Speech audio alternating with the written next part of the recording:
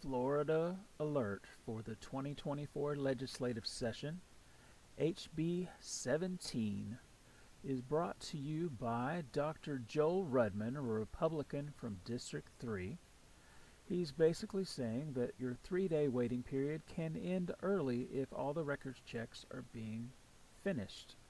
However, there's no mention in his bill about the waiver of the 3-day waiting period that is in the Florida Constitution.